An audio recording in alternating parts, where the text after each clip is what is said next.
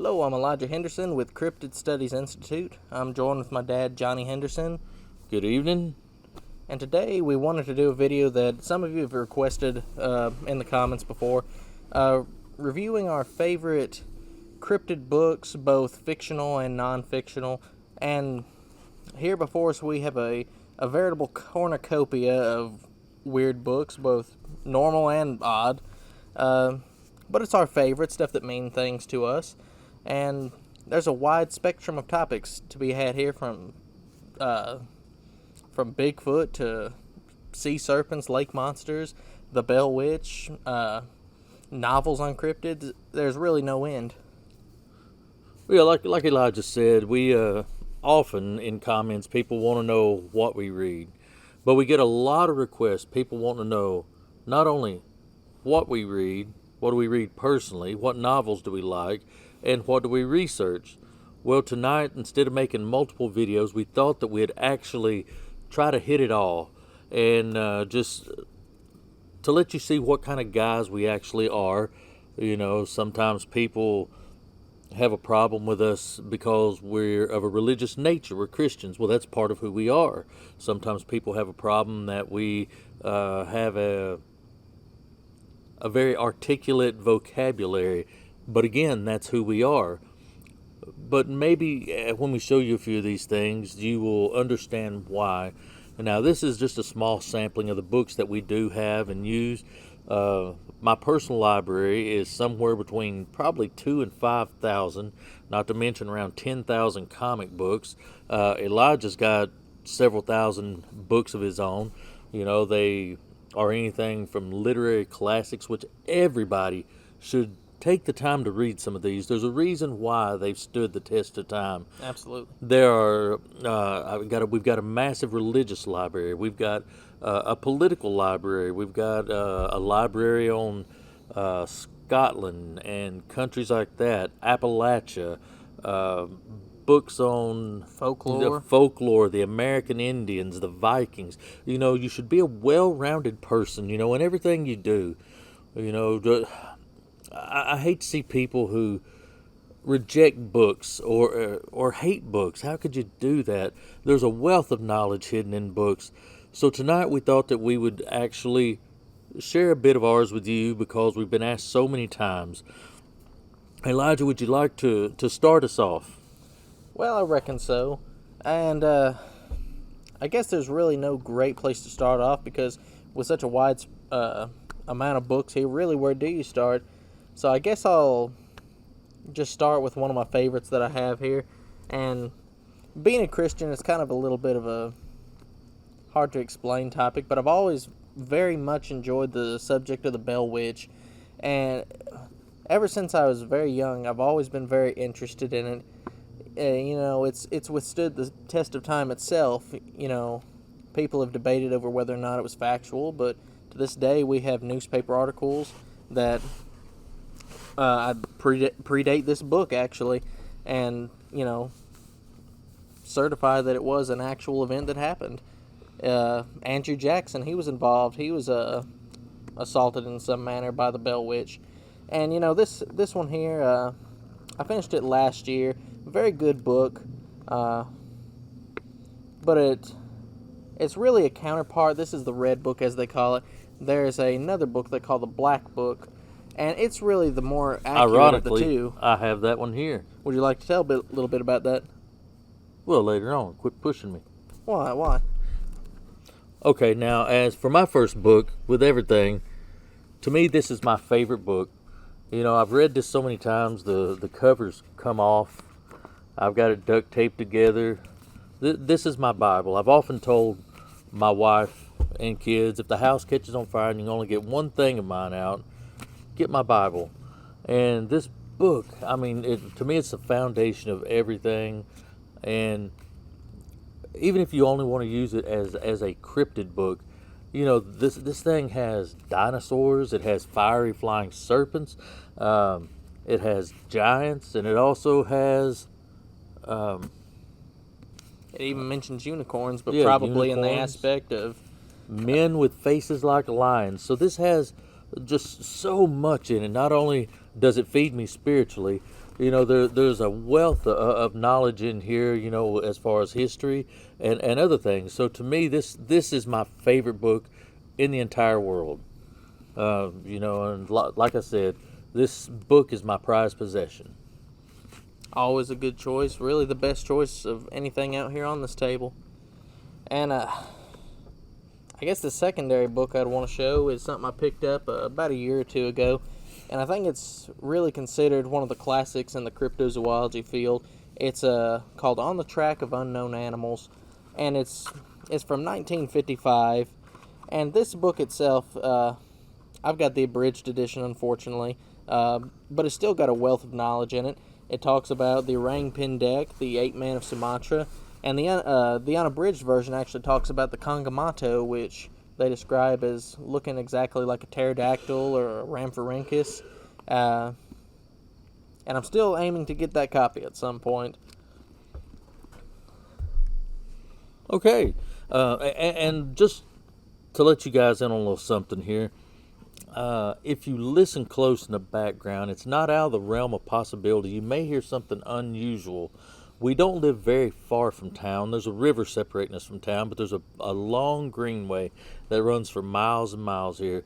And oftentimes in the spring and the fall of the year, we have a lot of bizarre behavior around here. We've had rocks thrown out of the forest. We've had roars and howls and tree knocks, animals killed, often hear whoops and hollers.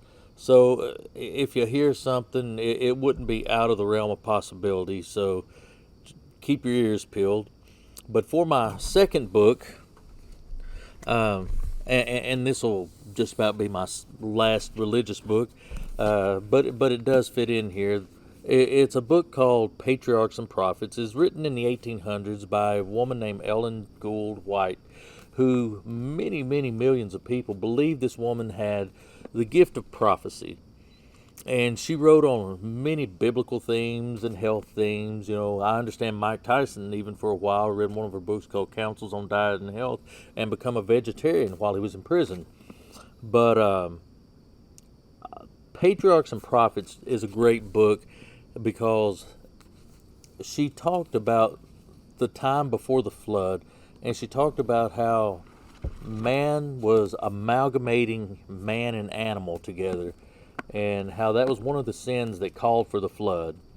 And she says since the time of the flood, there have been many amalgamations of man and animal, which from a cryptid standpoint, that could really, really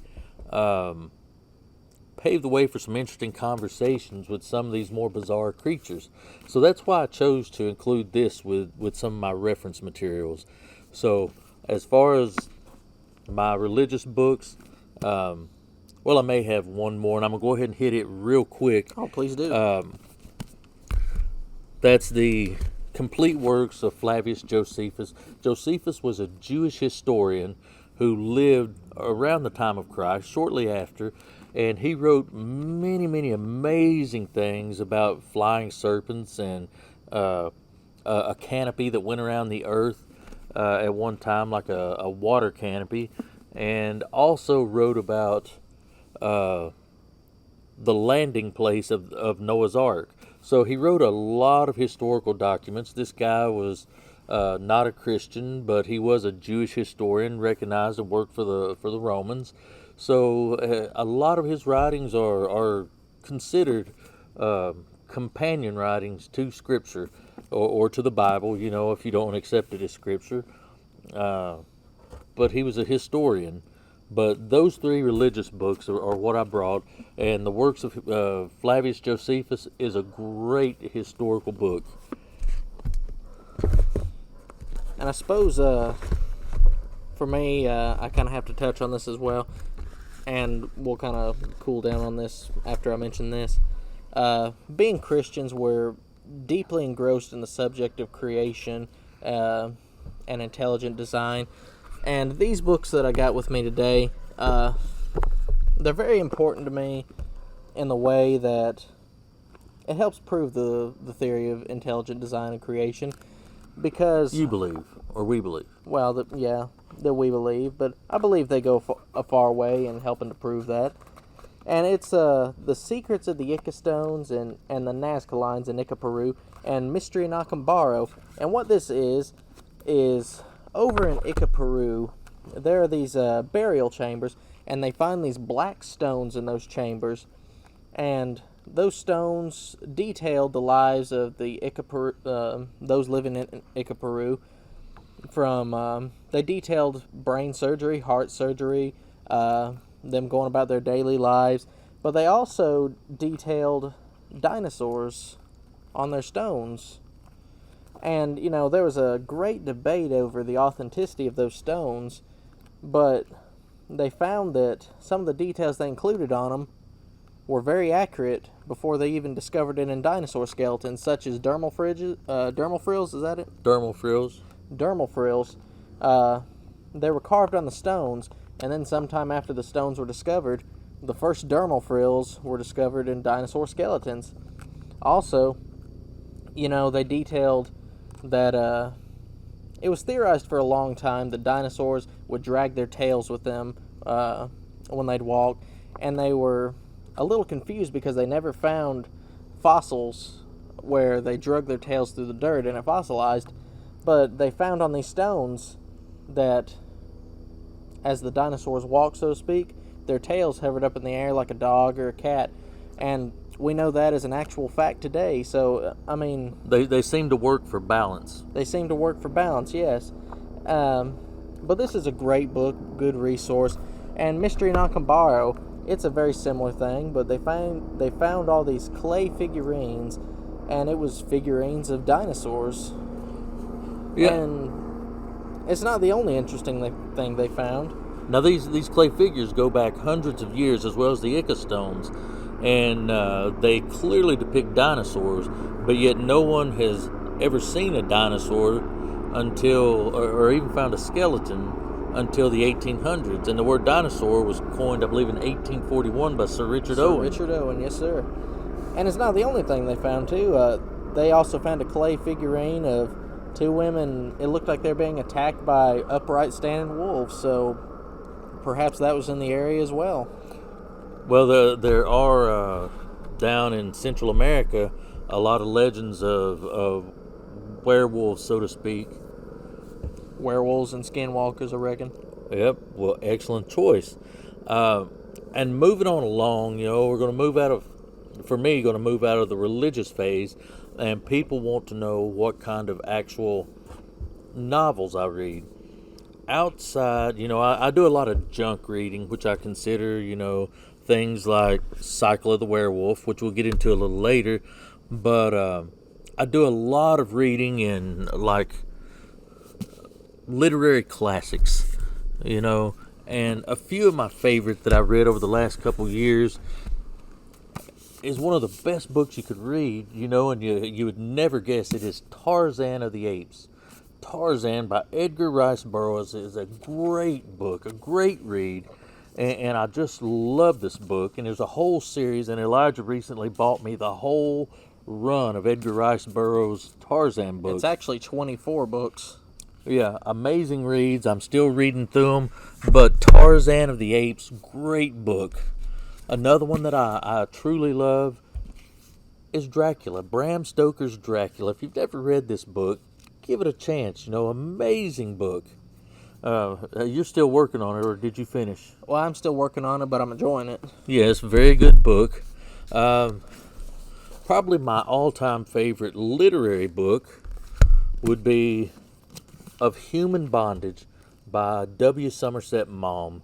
I'm not going to give away much about this book, but I'll just say, to me, I found it to be a beautiful book, and helps to make a more well-rounded human being. So if you've got the time, it's a bunch of pages of Human Bondage. I actually did finish that one. Very beautiful story. And who couldn't love The Great Gatsby? F. Scott Fitzgerald. Some very, very beautiful words written in this book. Take the time to spend with it, because, like I said, these books are classics for a reason, folks.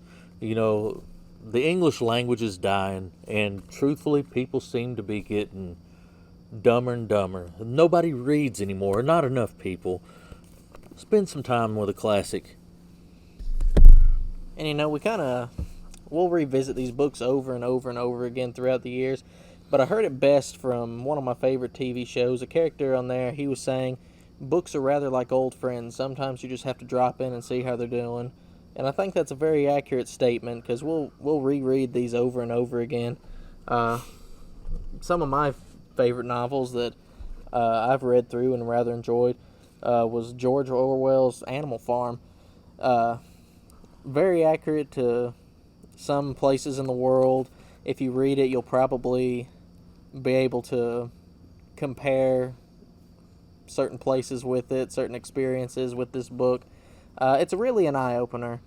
But George Orwell, he was a genius when he wrote this book, because it's a perfect anagram to certain political parties, I would say. You really need to read 1984. That's actually on my list. The two together really paint a picture of society. It's almost like they're using the two books as a playbook instead of like a fictitious book. Absolutely, I would fully agree.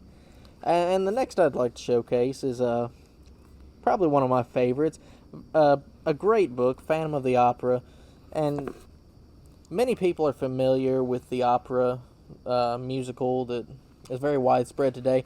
But I would say not many people have actually read the novel. It differs from the movie and from the musical, but it's still a great book, a very incredible book. And yeah, I would recommend it to anybody to read it. And lastly, the immortal classic of Mice and Men. It would be difficult to anybody to go through this book and dislike it. John Steinbeck was John Steinbeck. He was a master of literature, I would say. Oh, he was. Look at the rabbits, Lenny. Look at the rabbits. Honorable mention, I would like to throw in The Old Man in the Sea. The Old Man in the Sea. Absolutely. Candide, The Stranger. So many awesome books. Another one you wouldn't really think of, but it's beautiful and simple at the same time. The Tao of Pooh. And what it is, it's... Oh, we've both read that, it's beautiful. Probably my top 5. Top 5. It might go even higher for that for me. But to sum it up quickly, it is... The author uses the old stories of Winnie the Pooh, the old stories, to explain the philosophy of Taoism and how they found peace in their lives and how they are content with their lives. And he uses Winnie the Pooh to explain that, but he does it rather marvelously, and by the end of the experience, you're just like, wow. Sometimes the simple things confound the wise, son. Absolutely. Well, would you like to get into stuff of a bit more cryptid nature? And well, yes, I really would. But so many people want to know what kind of books we read outside, and things. So we tried to cover it all here tonight. One of the books I brought out with me that I want to present is Mysteries and Monsters and Untold Secrets. If you've got like young kids or something like that, great starting place for them. Simple book, a lot of good information. Not a heavy book at all, but it would kind of nurture and feed that curiosity about some of the more strange things in the universe. Absolutely. So that's a good little book.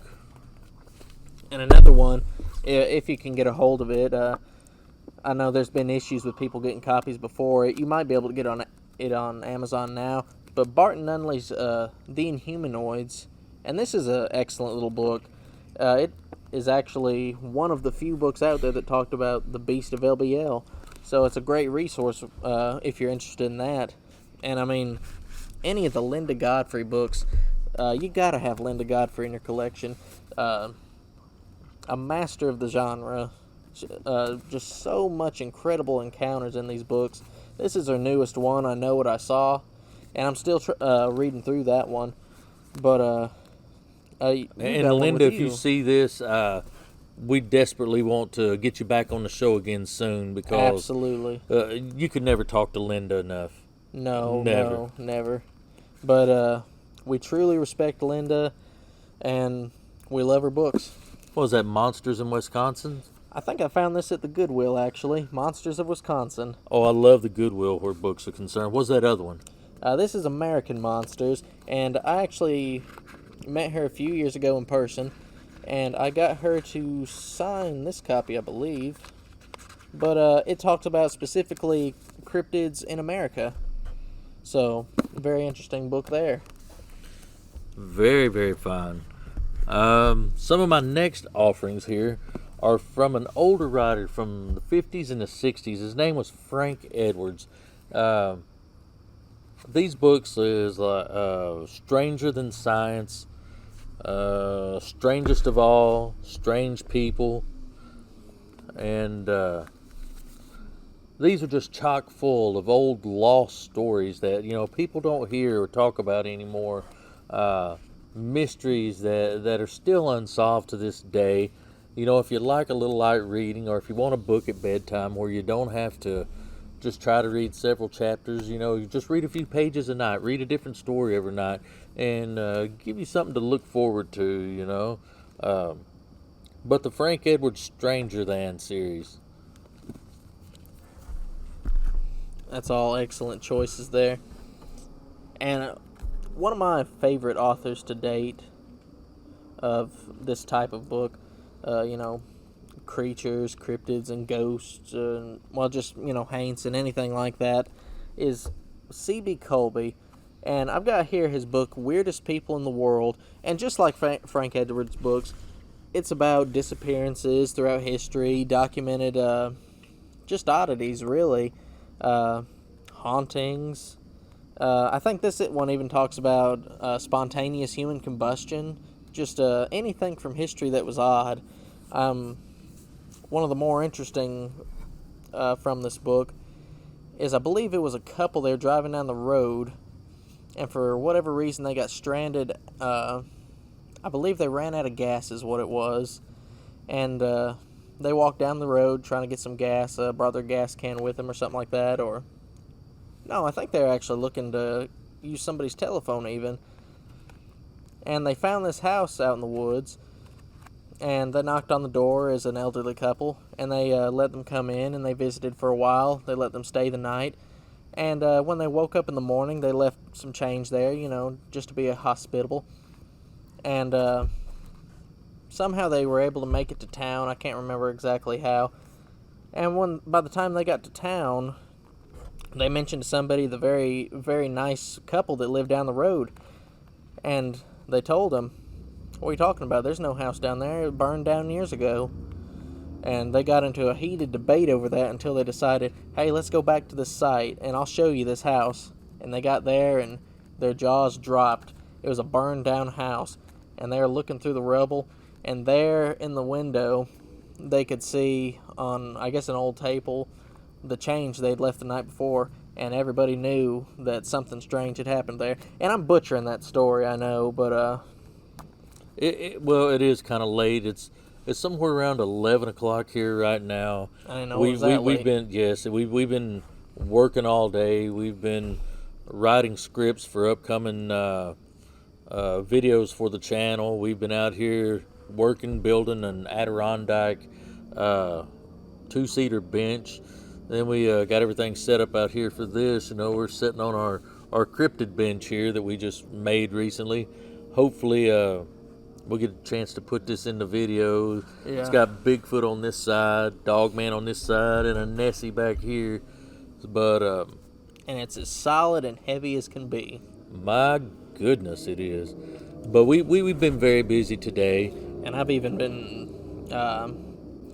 working anywhere between 2 o'clock in the morning to 4 o'clock, or just not going to sleep at all. We've been that busy. Yes, working on video and things of that nature. Okay, some other things that I have are some more of these books that tell true haunting and cryptid sighting accounts. Ghost haunts from the Appalachian foothills. Smoky Mountain Ghost Lore, Demon in the Woods by Edwin Price. He's got a whole series of books like this that are just, very, very fun books to read. And this one's a little bit harder to find. New England Legends and Folklore by, who is this? Samuel Adams Drake. There's when I see odd books like this, I feel compelled to give them a home. Sometimes you can find some amazing stories and events in these books.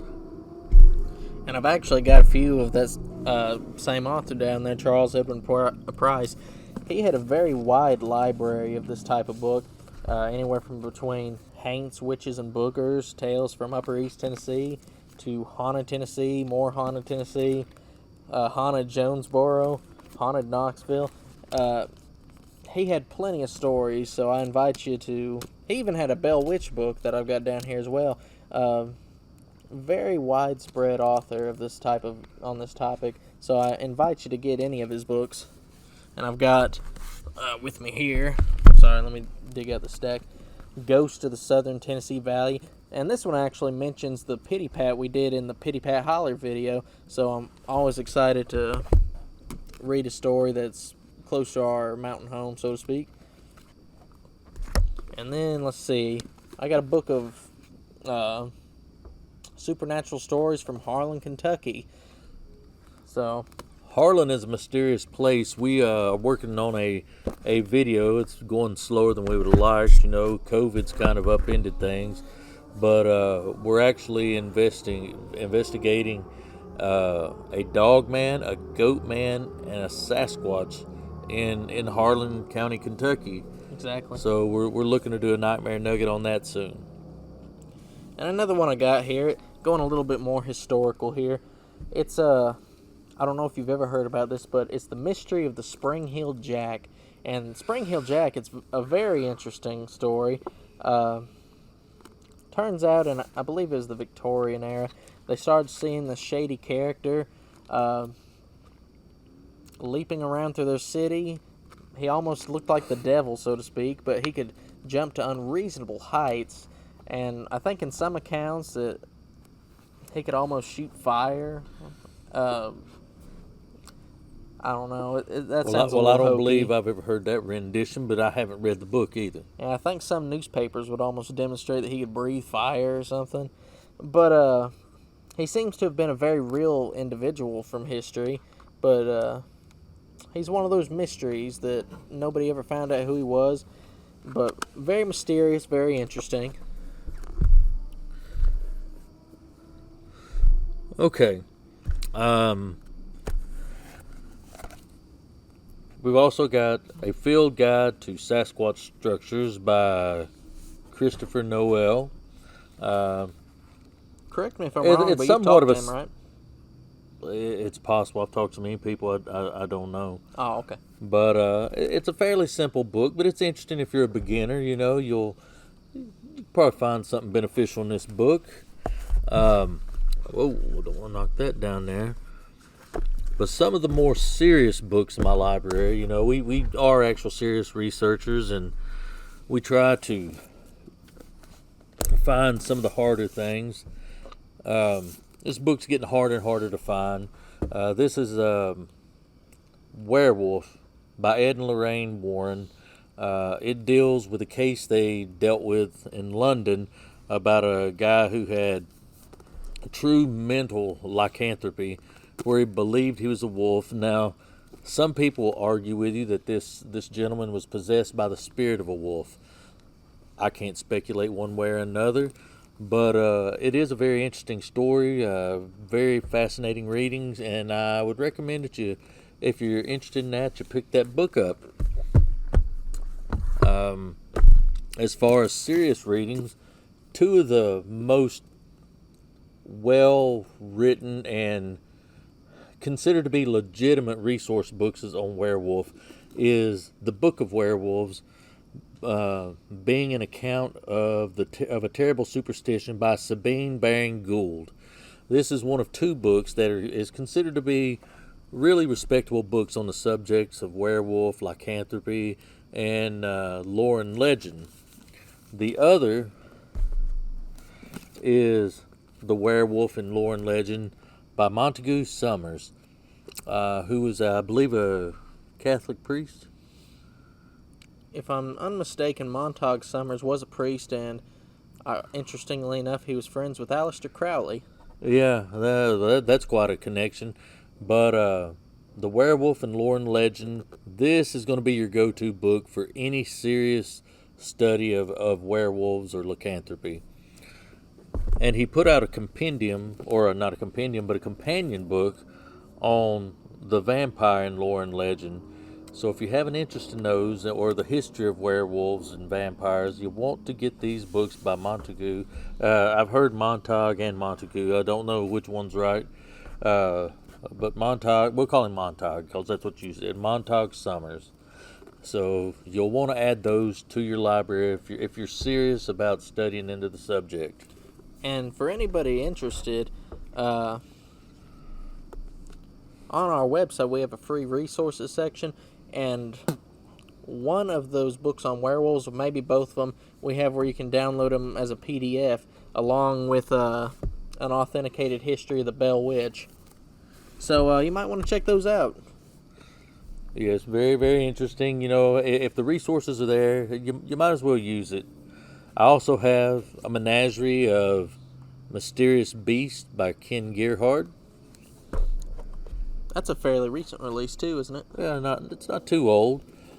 And what collection would be complete without Missing 411 by David Pilates? You know, I theorize that a lot of these people that go missing may have ended up lunch to one of these guys. You just never know. So I think reading the two together, you know, you might be able to draw a conclusion. And while we're on the subject of David Pilates, also, if you can, get his book, Bigfoot, Wildmen, and Giants. This is newspapers from 1680 all the way to 1923, and they talk about giant skeletons, sightings of wild men, people seeing what they described as gorillas going through the woods, and it's a great resource if you're into old newspapers.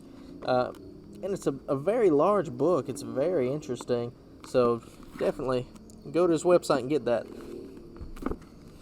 And another one, this would be probably a personal favorite of mine. We've always had a copy of this since I was very young. And even to this day, it's such a good book, but you can go to bookstores and find them for about 75 cents or so sometimes. It's Mysteries of the Unexplained. And this is a Reader's Digest book, but it covers so many topics. It's amazing. There's a topic on cryptids, the supernatural. Strange phenomenon. UFOs. Ghosts, spooks, specters. Yeah. There's really just about look something for right there. anything. What do you got there? Got the Jersey Devil right here. But it's a wonderful book. And this book actually, I've got to lead into another book here through this. It talks about where Teddy Roosevelt wrote of a cryptid attack in his book, The Wilderness Hunter. And I've got that here somewhere. You've got that here on, yep. The Wilderness Hunter. And in this, he met a man named Bauman who relayed a story to him about how him and his friend were attacked in the woods by some unidentified creature. And he talks about it in this book. Very, very interesting. And it's commonly believed to be a Bigfoot, but if you actually analyze the story, it almost reads like a Dogman, because they come back to their camp. They're trappers. They're trapping beavers, and they come back to their camp, and it's all torn apart, and it's wrecked. But there's these bear footprints,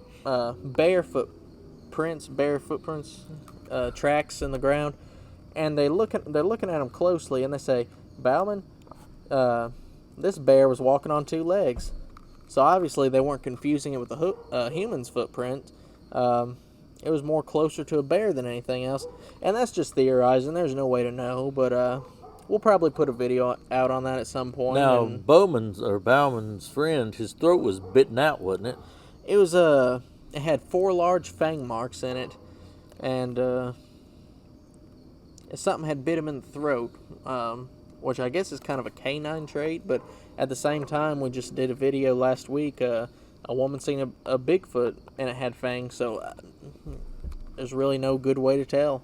Now, I know somebody's going to say Gugway, and It's possible. I'm going to be honest. I don't really know that much about a Gugway. No, not really. This almost seems like a recent thing that people are starting to throw around a lot more. To be quite honest, we've been interested in this topic for a long time, and only in the past year, would you say, we've heard of a Gugway? It's been a little longer for me, but of course, until last couple of years, we'd never really heard that much about Dogman either. True.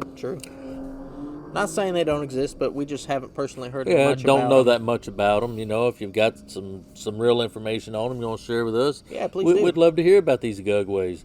Got anything else there? Well, let's see here. I guess I'll go ahead and get this out of the way. Anyone into the supernatural or cryptozoology, they've probably heard of Fate magazine. And I have here the 3rd issue they ever released. It was on the Red River Witch or the Bell Witch. I'm going back there again. But this was very interesting to me to get a hold of. And while I'm talking about Fate magazine, see, I'm not sure I got it out here. I meant to bring it out. What was it? It was the story from, honestly, I can't remember the year, but it was one fella's claimed escape from a sea monster. Him and his friends were out diving to the Massachusetts down near Pensacola, Florida, and he claims that him and his friends were attacked by some kind of a sea monster, and he's the only one that escaped. It allegedly ate them or drowned them. He said he described it. It looked like a big telephone pole sticking out of the water, and then it just dove on top of his friends. Looked like a plesiosaurus or an elasmosaurus. But I've always found that to be a very interesting story. And Fate magazine, it actually covers a wide variety of topics. There's a book you can get. It compiles just alleged reports on dogmen and werewolves, so to speak. So I still got to get that one at some point. Excellent resource. Another big resource book for me is, ever since I'm from Appalachia, is the Foxfire book series. It's a practical guide to country living, but it has a lot of things about legends and lore and haints and ghosts and things like that. How to moonshine and do many other things. Fascinating history of Appalachia, and you learn a lot about their legends in books like this. I think there's 9 or 12 in the series, and if you can get these things, man, it's just classic gold. Help yourself to it.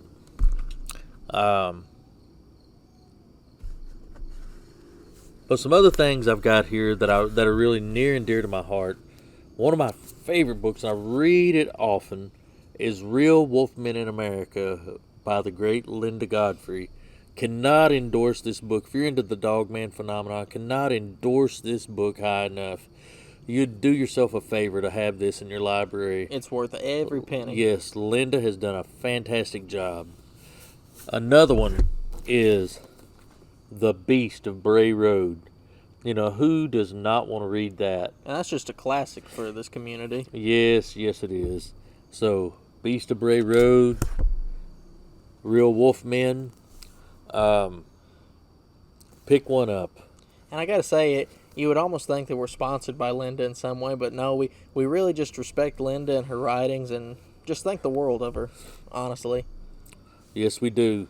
Now, getting back to what he was doing, he showed you the red book on the Bell Witch. This is the black book. Personally, I prefer the black book. The black is better. And, it even has a supplemental chapter in here about some predictions the witch made about the end of the world and future events that are startlingly accurate. You kind of, well, if you read that, bear in mind that it's probably a lying spirit and it tells the truth about a lot of things, but it seems like it mixes just a little bit of air with truth to keep you off balance. It's really a lot like rat poison because, rat poison is 99% good food, but that last little percentage is poison, and that's really what the spirits seem to do. It mix a lot of truth in with a little bit of air, so it throw you off just a little bit. But the book is truly fascinating. You won't be disappointed in this one. I would go so far as to say it's art, so to speak. It's just that interesting. And again, another publication that's translated by Montague Summers is the Malleus Maleficarium. It's an in-depth book on true witchcraft. The classic, what does it say? The classic study of witchcraft. And so you have this book, you have the vampire book, and you got the werewolf book. I think he's actually got another book on witches, doesn't he? One on like the supernatural. Or... But he didn't write this one. This one predates him by probably a couple hundred years. That one does? Yes, he just translated it. Okay. But yes, this has for years to a lot of people been the guidebook on witchcraft. So if you have an interest in that, you might want to pick it up. Being from Appalachian, growing up with the subject of granny witches, this book is near and dear to my heart. It's called In a Graveyard at Midnight. I normally would not endorse books on witchcraft, but this one right here has a lot to do with my culture. So a lot of nostalgic things, so to speak, for me out of this book right here. And we really shouldn't act like it's a book full of spells or anything like that. I mean, there may be a couple in there, but it talks about the lore of Appalachia, the superstitions. It's more that than anything. But if you have a curiosity about granny witches and mountain magic, things of that nature, this is the book for you. In a Graveyard at Midnight by Edane McCoy. So, great book. And then there's Powwow, or The Long Lost Friend. This is a book that kind of mashes together Dutch magic with the Gaelic, right? No, not so much Gaelic. Like Quaker magic with the Bible. Mm-hmm. A blending of the two. Even a lot Native of people, magic, I believe. Huh? Even Native American magic, right? To some extent, I think. But there are a lot of people who, to this day, will keep a copy of this on their person as a charm against being harmed or hurt in some way. So if you have an interest in things of that nature, you want to look up The Long Lost Friend. And not really as a companion, but it's similar. I've had this book for many years, Witches, Ghosts, and Signs, and it tells about like the lore, superstition, and folk cures of Appalachia. It tells about nature lore and rules for farming. Planted by the Signs, Appalachian witchcraft. It's got a lot of information in a small package, so you might want to pick that up. Witches, Ghosts, and Signs, Folklore of the Southern Appalachians. Yeah, like Foxfire has a lot to do with things such as water witching. Right. So, but we'll do a video on some of that stuff later on. Exactly.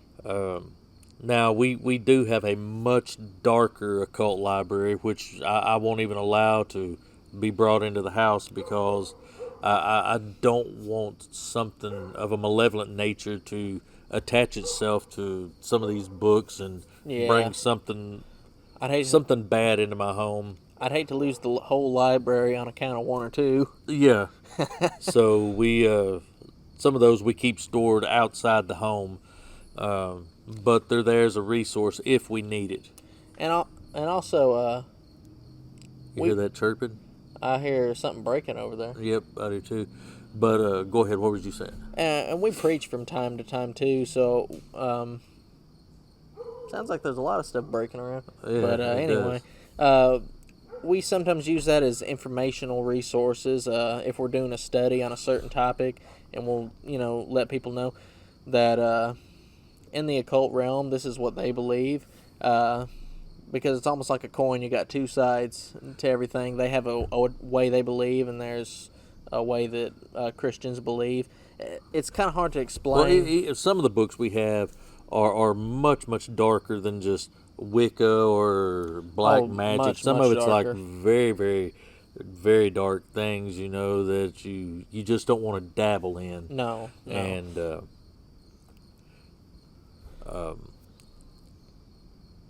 I had something I was going to say, and I've done forgot it. That's the problem of getting old. Well, without further ado, shall we go to our next book? I think you need to mention right there. I guess I'll mention these real quick. These are two novels I have. This one I'm hoping to read in the future. It's a fictional book. It's about the Loch Ness Monster. It's a horror novel about that. It's called The Loch. It's by Steve Alton.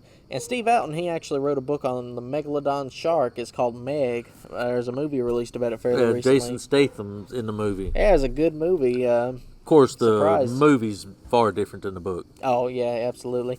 And this is another one. It's about the Lions of Tsavo. You'll want to check this out at some point. You've probably seen the movie at some point in your life. It's called The Ghost in the Darkness. It was just a quick summary. It was two lions that they hunted together. Two male lions. Two and male lions yes. usually don't hunt together.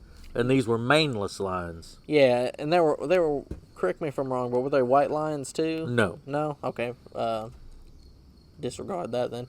But they were very unnatural, and they would devise plans to where they could capture and kill these lions, but somehow they always seemed to be one step ahead. It's almost like they knew what was coming, and they'd just kill a whole bunch of people whenever they came around. And eventually somebody managed to kill them, and they're both stuffed in I think the Field Museum in Chicago.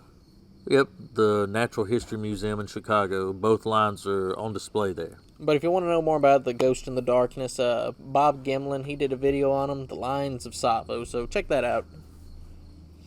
Very nice. Let's see what else I got here. Got a couple more books. I read these. It's like the Frank Edwards or C.B. Colby books, just small individual stories, but each one's interesting. Our Mysterious World, Strange But True. Something that you can just kind of read quick, but it's got a lot of interesting different stories. We got books on the Bermuda Triangle, Communion. That's a very popular book if you're into aliens. And I suppose some of my favorite books that I have in my collection would be my historical library. Many people may not know this, but a lot of your philosophers and historians, they talk about cryptids or unnatural things, so to speak. Like, this is Strabo, and he actually wrote about the fiery flying serpents. He mentioned them. We got the travels of Marco Polo. Marco Polo, he wrote about large dragons that were so large they could swallow a man whole, and that even in that day there was people who would actually hunt and kill these dragons, even telling how they would do it. But apparently they would, I believe, sell the gallbladder because it was very valuable at the time. They would use it for a type of medicine, I think. But Marco Polo, he also talks about the cynocephali, the dog-headed men. So make sure to get you a copy of that. Pliny the Elder, I believe he was Roman, wasn't he? I think so, yes. Pliny the Elder, he talks about the cynocephali, and I think he actually talks about very, very... Not to be confused with Pliny the Younger. Yes, Pliny the Younger was somebody different. I believe Pliny the Younger actually referenced Jesus in his writings. Fun fact. But I believe Pliny the Elder wrote about these large serpents that would actually wrap themselves around elephants and either strangle them or would drain the blood out of them. And he talked about the cynocephali as well, and things that sounded like werewolves. By the time this video is uploaded, we should have this video out. This is travels through that part of North America, formerly called Louisiana, by Mr. Basu, and this is published in 1771. This is the book that talks about the May I Manitou. see this real quick? You absolutely can. All right. That M. Basu, I think that because this guy was French, the M stands for Monsieur. Monsieur. Yes, not Okay. Mr. Monsieur Basu. Oh, well, thank you for the tip and Yes, education. you're welcome. But Monsieur Basu, turns out he was actually the captain in the French Marines, so I consider him a fairly reliable source on what he's seen. And I also got Beowulf here. Beowulf is a classic. It's a very classic novel, and it actually talks about a man fighting Grendel the dragon. So this is another story of dinosaur-like creatures, dragons. Well, it's And- speculated that Grendel was a dragon. It could have been. Well, it says on the back dragon. It's really It does. well awesome. But we may have mentioned this earlier. The word dinosaur wasn't invented until 1841 by Sir Richard Owen.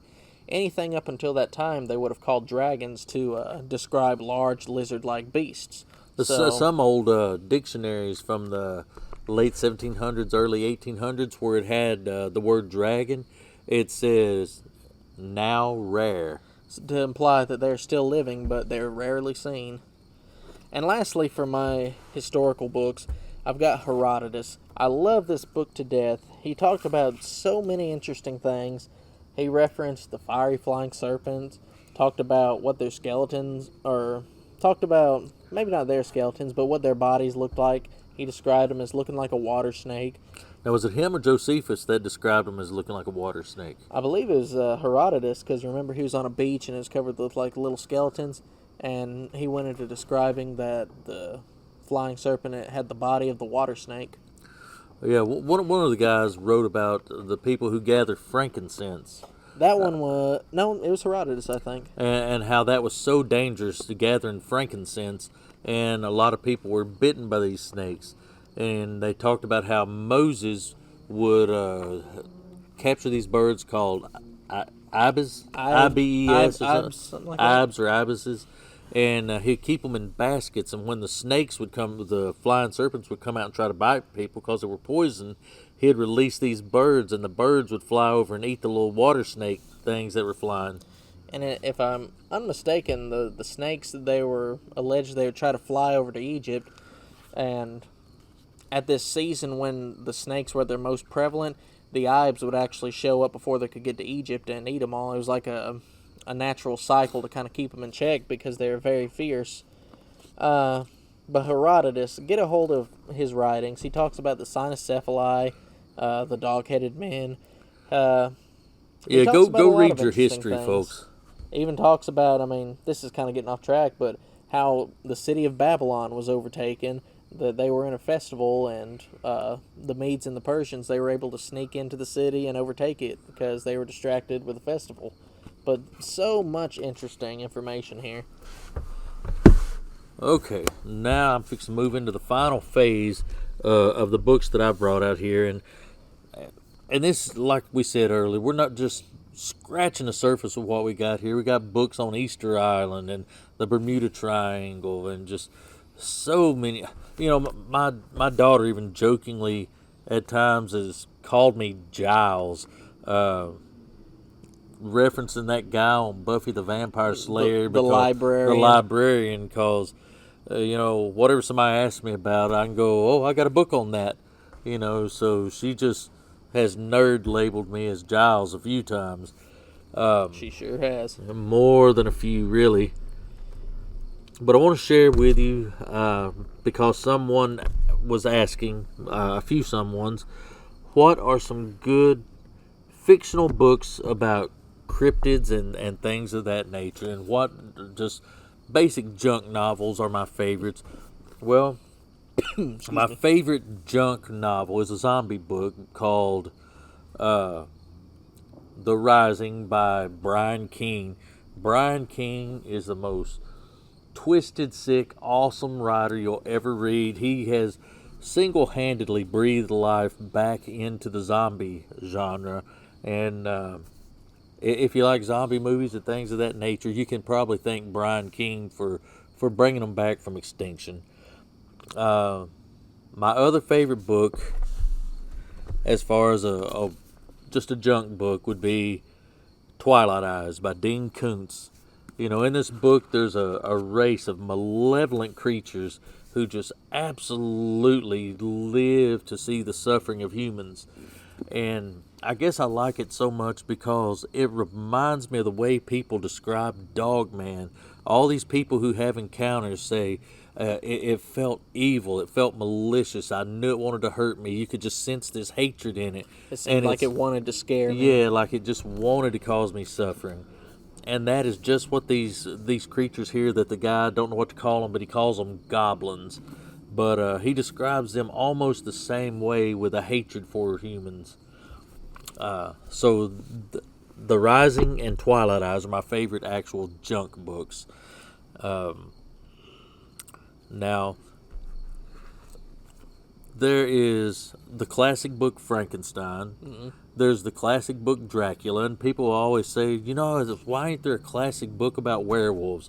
Well, actually, there kind of is. It's from the early 1900s by Guy Endore. It's called The Werewolf of Paris, and it's loosely based on a real case from history.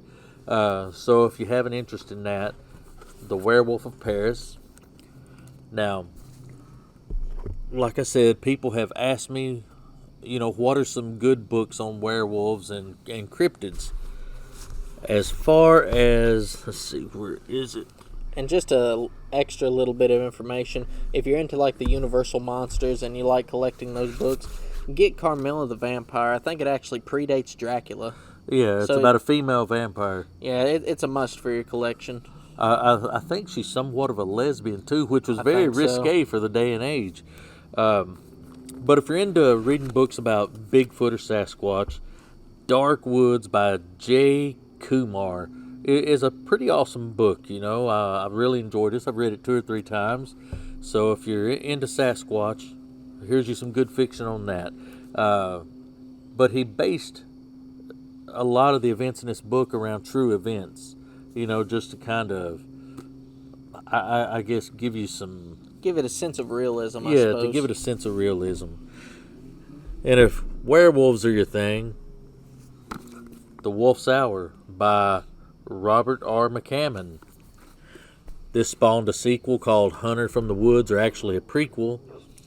The Wolfen. You know, I'm sure everybody's seen the movie, but if you'd like to read, The Wolfen book. Starting to get more and more rare, too. I recently read this one, The Hyde Effect. As far as a werewolf goes, I was surprised at how good this book actually ended up being. So if you can pick this up, another good book on fictional werewolves. Werewolves SS. You know, ends up with some Nazis creating a detachment of Nazi werewolves, you know. German Nazi lycanthropes, the ultimate weapon. Well, pretty much, yep. And here's one most people have never read, but is one of the best werewolf books that I have ever read. Mark of the Werewolf by Jeffrey Sackett. And it's a little slow at times, but you're not going to go wrong with this book. And then who could ever discount Gary Brandner's The Howling 1, The Howling 2, and The Howling 3. If you ever want these books, now is the time to get it because they're getting more expensive every single day. They're demanding exorbitant prices now. Although you can get like a reprint for about $20, but it's not the original covers. You always want the original. And these are the books that spawn the Howling movies, which is being rebooted on Netflix, I understand. If they don't get the transformation as real special effects, if they do it CGI, they'll ruin it. If they make it four-legged wolves too, they're going to ruin it. That'll destroy it. This series of books right here, Pretty good. Has vampires and werewolves in it. It's called the Pine Deep Trilogy. Ghost Road Blues, Dead Man's Song, and Bad Moon Rising. Enjoyable books. So if you just like werewolves, give it a try. Another classic book here is Werewolf by Bill Ponzi. It's a book of short werewolf stories. Like an anthology of sorts? Somewhat, yeah. Different types and stripes, so you're not going to go bad reading that. And even Rudyard Kipling has a short werewolf story or a book about lycanthropy. I think it's called The Beast. Or is it? I think I may have that. Is that in this book here? Because I've got a volume of Kipling, I think. Rudyard, the same guy that wrote Rikki Tikki Tavi in the Jungle Book.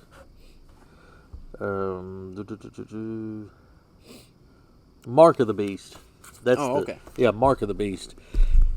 And then, lastly, The Beast Within. Now, this spawned a movie back in the early 80s. The movie is almost nothing like the book. It's very, very loosely fit. But this is considered to be another classic in the werewolf genre. So I have to say, well, if you collect werewolf books, you kind of got to have this one just because it would complete a set. And then we'll finish up, I guess, with... I already showed it, Cycle of the Werewolf, which was Stephen King's... You hear that hollering? Hope we can capture that. Yeah, I hope so too. Stephen King's novel, Cycle of the Werewolf, which was actually the movie Silver Bullet.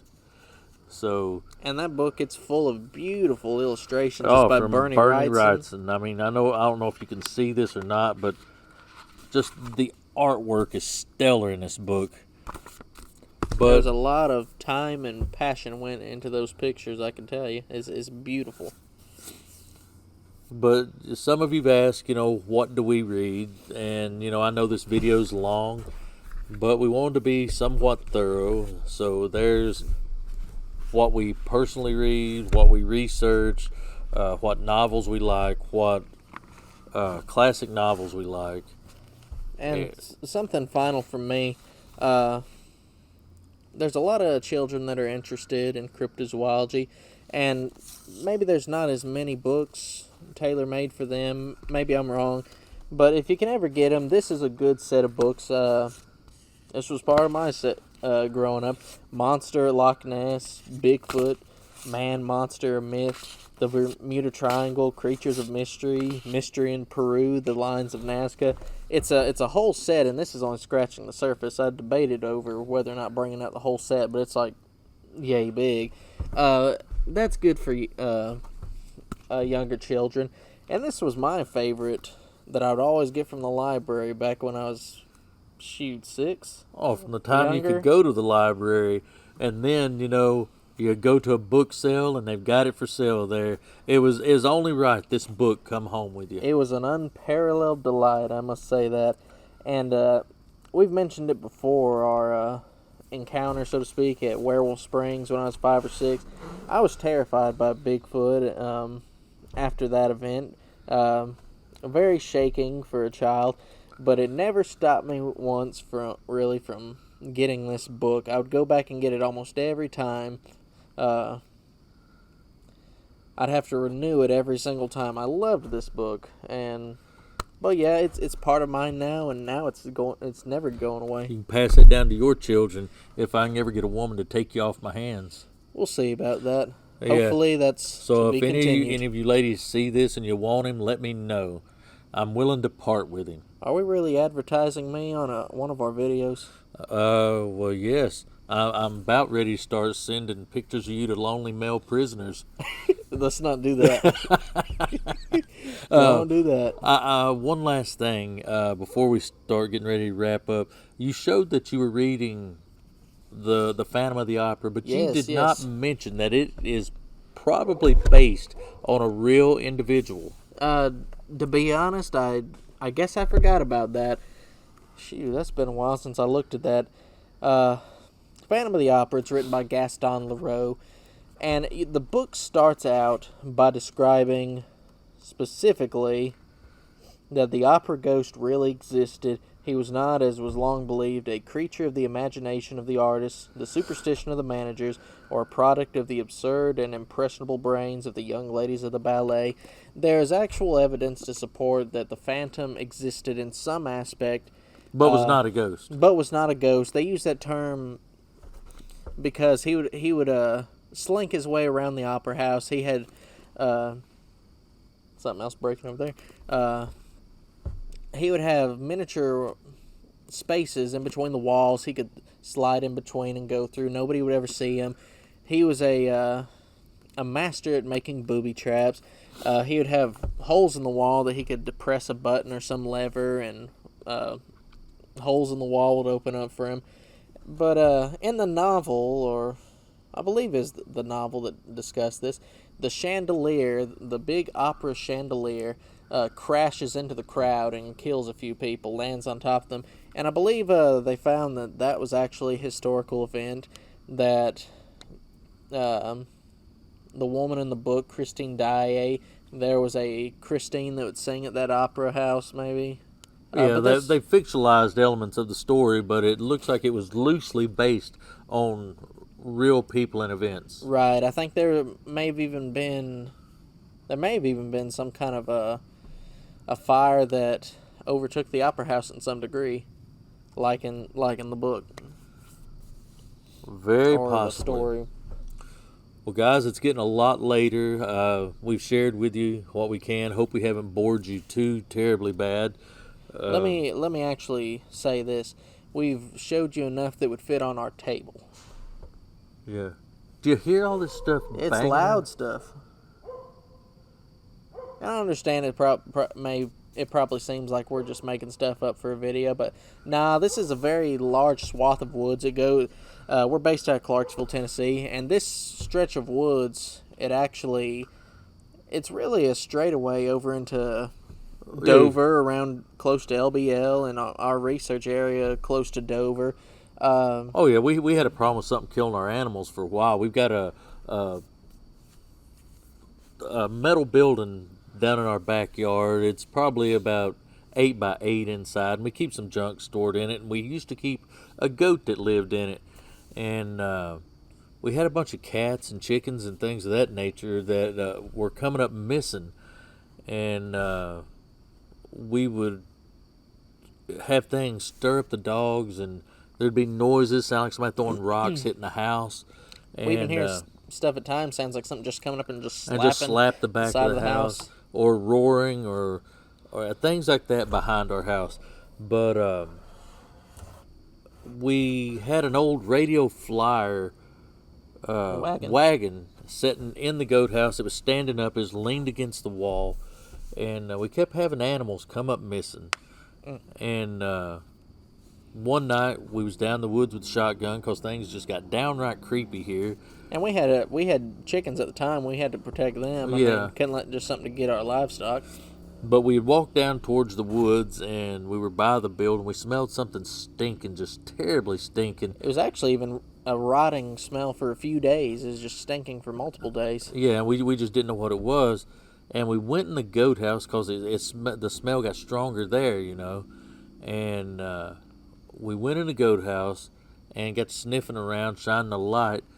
And for whatever reason, I grabbed that radio flyer and I pulled it back away from the wall and shined a light to see if I could find the source of the smell. And there was all of my animals, my missing cats and my chickens, dead and stacked up on top of one another. And his whole stomach was just hollowed out and empty. He was almost flat, I seem to recall. Yeah, because he had been hollowed out. And I called Tennessee Wildlife, and they said that there was no known animal that would do things like that. And I want to add this because it'll be a point of contention for some people. It wasn't just the radio flyer that was leaning up against the wall. There's I think at the time, maybe a trash can full of mason jars sitting in front of that. There's all kinds of stuff piled in front of that wagon. That had to be moved. But what's weird is something that had to actually go in there, move this stuff, and not disturb the goat that was inside the building there. Yeah. And so something went in there and didn't kill the goat, but yet left dead animals stacked up, with chickens and cats. And we never fully found out what did that. No, we never did. Like I said, in the spring and the fall, we have weirdness out here. My daughter even was, you can see the building in the background here. She comes down this hill, and she goes jogging a lot. And 3 or 4 years ago, she had been jogging and come back down. And when she got right here by the building, she turned around the corner, and she said she saw something about the size of a toddler. It was gray mottled and had hair, and it was on 2 legs, and it took off running over to the left hand or right hand side of the yard, down into the woods. But she made the distinction that it sounded very heavy too. Yeah, she said it sounded very heavy. It was on 2 legs, ran into the woods. It was. She said it might have had hair on it, but it was all mottled gray and colored. And it got down the woods and just started raising all kind of cane hollering. So it sounded like a little kid and a dog and a cat's voice. And a cat, if you could merge them all together. She said it seemed so human-like that she wasn't sure that a child had gotten lost in our woods somehow. But she quickly decided that it wasn't anything like that. Yeah. But, there is weird freakiness happens around here a lot.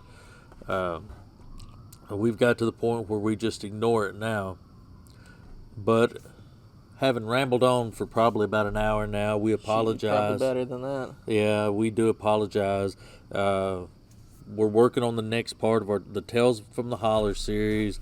Got another two Strangely Enoughs on deck. We're working on the Bell Witch, Nightmare Nugget, and got a couple other things coming up. Let's see, we got as of this video release, we'll probably have just released a new Time Lost Tale. We should have one up this week. We got multiple Nightmare Nuggets on deck that we want to do. We've been mentioning the Real Exorcist House, Taylor, Mississippi, the Crossroads. Beasts of Bloody Harlan. We've got another part to the Beast of LBL series coming out. And that should be a finale for that to really close up the LBL chapter unless we get something else new. And then we're going to hopefully start working on a real werewolf Dogman full-length documentary, where hopefully we go to several locations in the United States and LBL, it turned out at right at about an hour. I foresee this being much longer, 2 hours or better, probably, because we'll probably, if we have the chance, talk about the Georgia werewolf, the grave side of that. Converse werewolf. Maybe the Germantown werewolf, if we can get there. Werewolf Springs, yes. Beast of LBL. There's just too many to name, honestly. But Elijah, we've got to cut this short, We've been accused of a lot of things, but being inarticulate isn't one of them. So a little times we get a little too loquacious and chatty, so we're going to shut it down here. We better shut it down or else we'll ramble all night. But anyway, in conclusion, if you don't mind, please support us by subscribing to our channel, Cryptid Studies Institute. Follow us on Facebook, Instagram. On YouTube, ring the bell notification icon so you'll be notified when we upload something new. We got a lot of interesting stuff coming up, so you really don't want to miss it. And go check out our website if you've got some kind of encounter you want to share. We've got a report a sighting form there, one of the most detailed of its kind, I believe. And we got a whole lot of good stuff for you. So, in conclusion, I'm Elijah Henderson. This is Johnny Henderson. We're Cryptid Studies Institute. And I just want to say, the world's bad enough as it is. So wherever you are, be nice, guys. Don't be bad guys. The world's full of just really terrible people. Don't be part of them. If you comment on my stuff, be nice. If you don't like it, just ignore it. Just try to really try to be good guys. I suppose be the good in the world that you want to see. Or words thereabout. Yeah, words thereabout. But until next time, have a good night. Yes.